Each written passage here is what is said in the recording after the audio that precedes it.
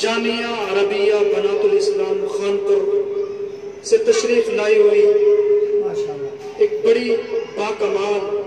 بہت ہی خوبصورت آواز کی مالک، اور یہ کہتے ہوئے مجھے کوئی شک نہیں ہے کہ بہت ہی ہونہار طالبہ ہے، بہت چھوٹی سی عمر میں قرآن کریم مکمل کرنے کے بعد آگے کی تعلیم میں ماشاءاللہ ترقی کے ساتھ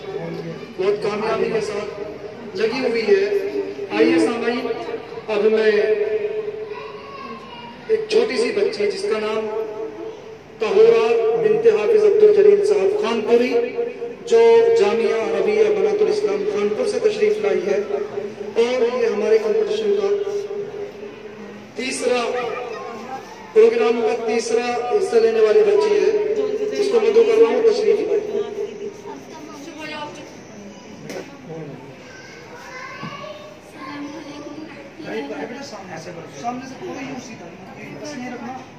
اے امام اہل سنت، اے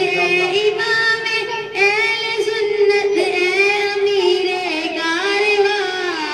حضرت الیاس گمن ناصر کے روح رواں، جیوے جیوے جیوے گمن علم کے مینار گمن، آپ کی روح خطابت کس قدر پرجوش ہے، جس کے عرش والے سے روح دار حیرت کوش ہے،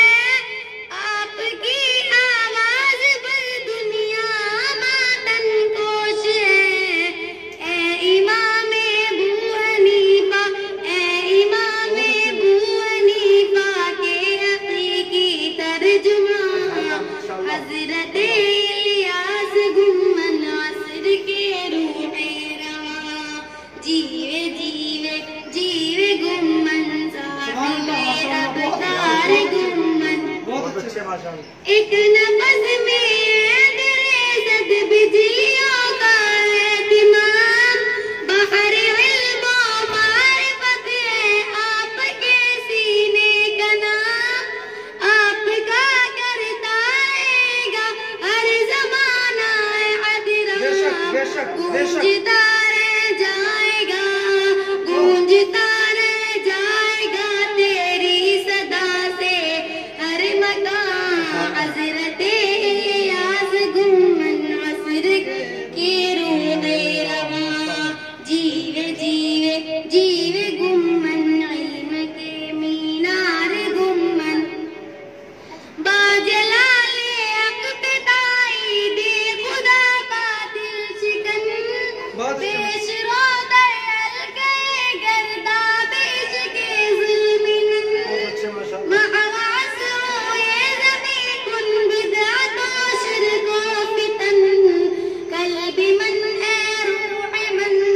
قلب من اے روح من، اے جان من، اے جان جان، حضرت الیاس گمن ناصر کے روح رواں، جیوے جیوے جیوے گمن برسر پیکار گمن، پیا دیکا ربنا اعطاک سیف الباسلین،